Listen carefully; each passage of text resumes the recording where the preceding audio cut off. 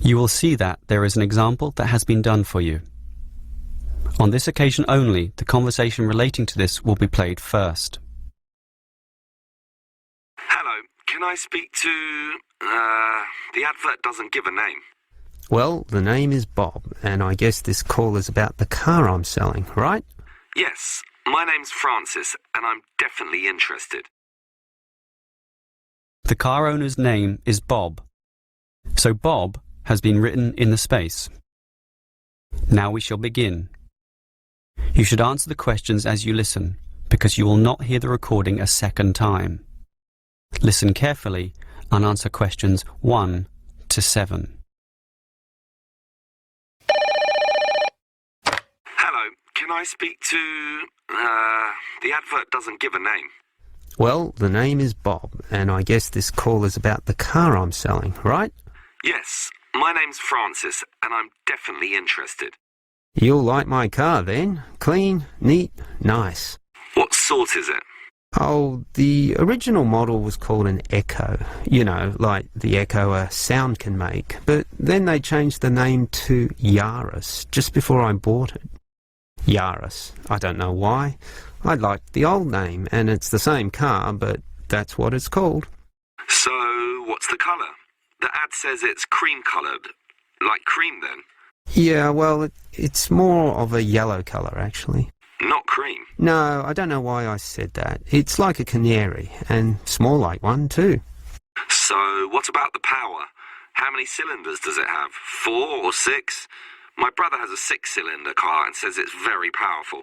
Well, this one's 4 only, but I find it fine for city driving. As long as you don't intend to drive this car interstate or across the country, it does the job fine. That's okay. I just want the car basically for commuting to work and maybe some weekend trips. Is it 2-door or 4-door? I suppose it's not 4-door. The car's too small for that, right? Right, just 2 doors, as you say. The front seat bends forward to allow entry into the rear. That's fine by me. This car is just for my girlfriend and I anyway. What about accessories? Radio, CD player, anything else? Does it have an air conditioner? Well, no, it doesn't, but I don't find that a problem. I just open the window. I mean, if you really want, you can pay to have an AC installed. Basically, the only additional feature this car has is a radio, but it's still a great deal. That depends on the price. You say you want $12,800, right? Yep, about that. Well, obviously you expect the price to be reduced to an even figure, right? Well, I don't know. $12,000. $12,500, maybe. If you can lower it a bit, I'll come and have a look, okay? Okay. Let's say $12,400, but I won't lower it any more than that. Certainly not to $12,000. Well, if I can get that better price, I may come over this afternoon. But what year is this car? How old is it? My brother's got a 12-year-old car and it's showing problems. Well, my car was brand new only 3 years ago, but it still looks like it's only been 1 year on the road. Okay, that sounds good. Before you hear the rest of the conversation, you have some time to look at questions 8 to 10. Before you hear the rest of the conversation, you have some time to look at questions 8 to 10.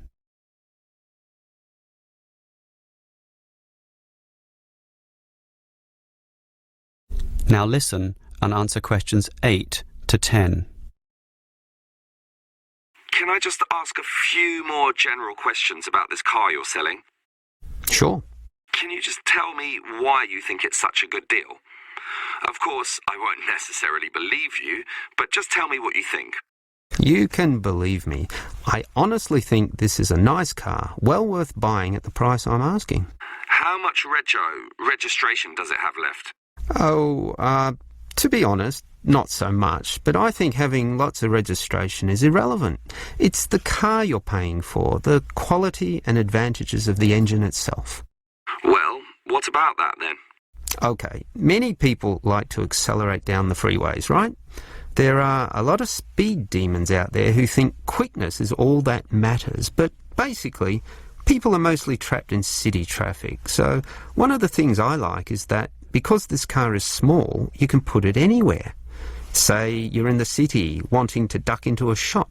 Well, you can fit this car in any little space while you go shopping or do other things, and that saves you a lot of time.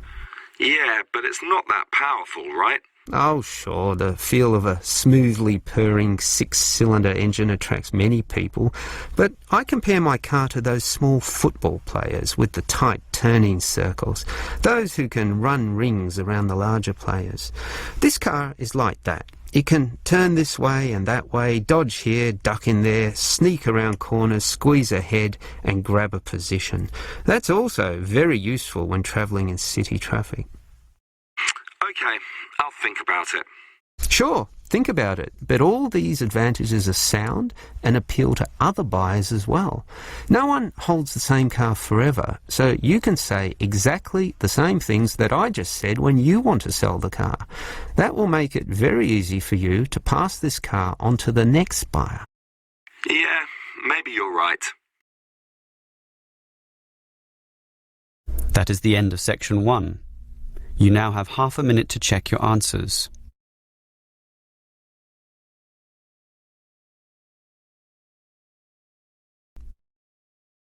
You will hear a university administrator telling a group of new students about the central campus buildings and the facilities they provide. Answers. Now listen carefully and answer questions 11 to 16.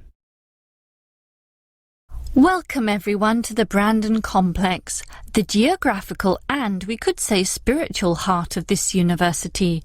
This is basically where everyone eats too, as you can see by looking around. There are many different cuisines here, Chinese, Indian and Middle Eastern, plus the usual fare of a local type, all in that corner over there. We have many shops here too, but the biggest is Wilson's right there, providing clothing and hardware. That's next to all the restaurants. Now, on the opposite side of Wilson's we have 3 shops. The one in the corner there, closest to the restaurants, is for DVDs. Yes, the DVDs are cheap and affordable, and you can also rent DVD players as well. Moving on, in the corner directly opposite Wilson's is the Student Union office. Incidentally, you are all encouraged to join the Student Union, as a Student Union card gives you many benefits, including discounts on basically everything you can buy here at the Brandon Complex. Outside this complex, on the other side of the road, you can just see it from here in fact, is a building that we call by the rather unusual name, the H Building.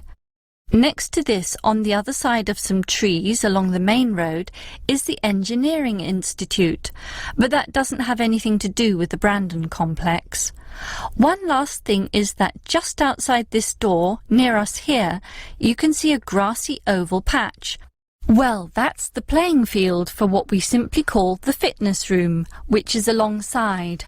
So you can put on some calories here at the restaurants and then burn them off at the fitness room afterwards. Oh, I forgot to mention this shop right here, in the middle, beside the Student Union. It's the bookshop.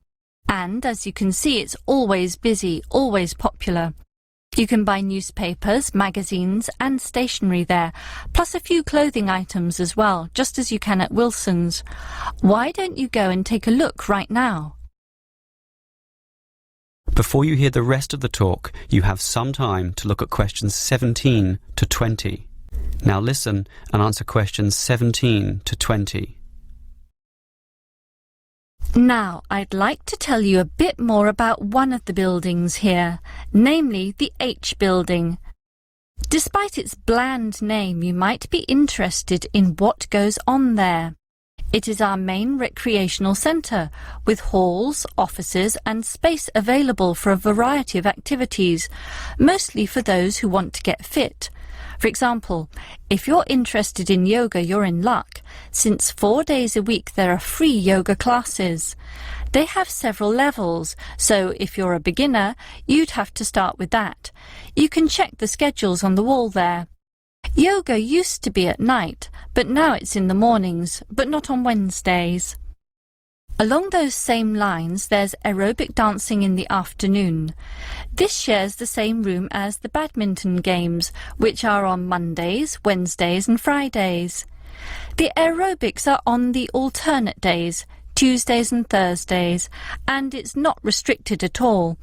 Everyone is welcome to join, although the instructor may divide you up, of course, according to ability. And, just to show how diverse the H building is, there's even some spiritual solace available there, inside the multi-denominational prayer centre, with individual booths and a variety of holy scriptures and texts available to read from all the major religions of the world. That's open all day over the weekend, but not at night time, when the rooms are for private booking. Finally, for those of you of a cerebral nature, the University Chess Club operates at night. That's open from 8 p.m. every, is it Wednesday or Monday? No, sorry, Friday. And I think it closes at about 11:30 p.m. So, there's something for everyone in the H building. That is the end of section 2. You now have half a minute to check your answers.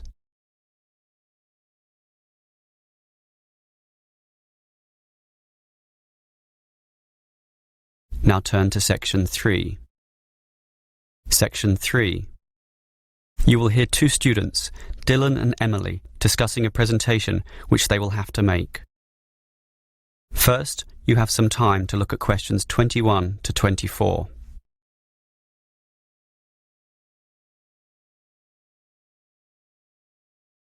Now listen carefully and answer questions 21 to 24. Okay, Emily, as you know, we've got to do this presentation together. I know, I'm a little bit nervous about it, standing up in front of all those people. And what if the presentation fails? What if... Don't worry. I've been reading a book about giving effective presentations. It's not that hard, but the way to do it is certainly not always obvious either. For example, do you know what the most important part of a presentation is? The final summary, I guess. The opposite. The first minute, in fact. The theory says that first minute is when you win or lose the audience. If you lose them at that point, you'll probably never get them back. So that's why you need a hook. A hook? You mean like when you catch fish? Yes. I mean, not exactly, but yes. We want to catch the audience, right? So we need to start in a way which wakes them up, gets them interested, and makes them watch us. I see. Basically, no matter how good our presentation is, if the message doesn't get across, the presentation fails. So we need to give a fact which really amazes them, or an interesting story, or pose a dilemma which makes them think, something they can really puzzle over. It's better if this is related to the subject, of course, something to do with management in our case. So that's the hook? That's right. From then on, we'll just follow the basic advice. Like what? Like, talk to your audience, you know, as equals. Don't talk down to them, or up to them. They're just the same as us, right? You're right, you know. Some of the best presentations I've ever seen sounded just like conversations. Exactly. And what else made them good? Well, the speakers sort of involved me in the topic and issues under discussion by asking questions, by referring to me. You know, by saying you and, well, basically they were interesting. And they're exactly the tips we'll follow too. It should be fine. Before you hear the rest of the conversation, you have some time to look at questions 25 to 30. Now listen and answer questions 25 to 30. Emily, I think this will be a fine presentation, but how are we going to divide it up? For example, who's going to open it, you or me? Well, I think you have a very natural style, so you should start. This talk has 5 main parts, so you can introduce it and then do part 1. That's the historical context or background to the issue. Yes, then I'll do part 2 about current views. You do part 3 and I'll do part 4, leaving both of us to handle the question time. I'm okay with that. In part 1, I'll probably speak at length about Hoffman's theory, about management styles, and compare differences in culture in relation to the style of management used. That sounds good. Those differences are important and certainly relevant to the current times. Hoffman makes some excellent points too on this issue. That's why I'll follow up with present-day perspectives and viewpoints on this, such as the problems facing today's managers in the complex multicultural workplace, where basically one can no longer assume one is dealing with a single culture in the workplace, but actually a multiculture. That sounds good also. Then I'll take over, discussing the implications and problems of this. I suppose you'll look at the pluralist movement. Yeah, I was thinking about that, but then I changed my mind.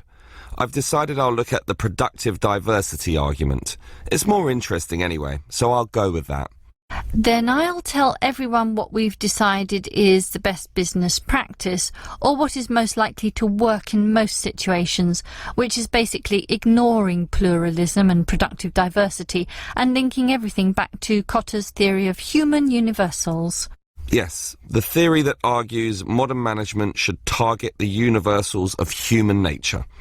Right, and that leaves both of us to field questions at the end. Are there any questions we can predict so that we have some good answers ready, about resolving industrial disputes, for example? Well, I'd say that industrial democracy usually surprises people, so we should expect a lot of questions about that. Yes, the theory is that it increases productivity and reduces industrial delays. And results in better decision-making, but that's all theory. Most people would think that industrial democracy is just about unworkable in practice, so let's be ready to explore that issue in some depth, as well as any other related topics, okay? Okay. That is the end of section 3. You now have half a minute to check your answers.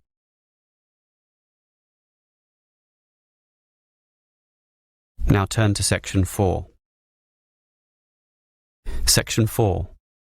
You will hear a lecturer discussing the possibility of creating nuclear fusion.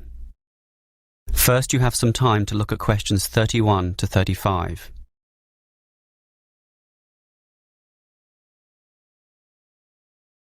Now listen carefully and answer questions 31 to 35. We look at the sun, a huge ball streaming out essentially limitless energy into space, and we think about how we need that energy here on Earth. Our oil reserves are running out, coal burning causes much pollution, and nuclear energy has many dangers. But where does the sun itself get its energy? The answer is that the sun makes it using fusion, or, more specifically, in a hydrogen fusion process. There is no pollution, no radioactivity, no waste products, and we have plenty of hydrogen. So, hydrogen fusion seems the perfect answer to our energy needs, and scientists have long attempted to achieve it here on Earth. So what happens during this process? The first step is to make two light atomic particles approach. In the case of our sun, these are hydrogen particles, the lightest and also the easiest to deal with. However, the problem is that the nuclei of atoms have electric fields, and fusion between these particles is opposed by their similar electric charge. They most naturally repel each other, and the nuclei of all elements are exactly the same in this respect.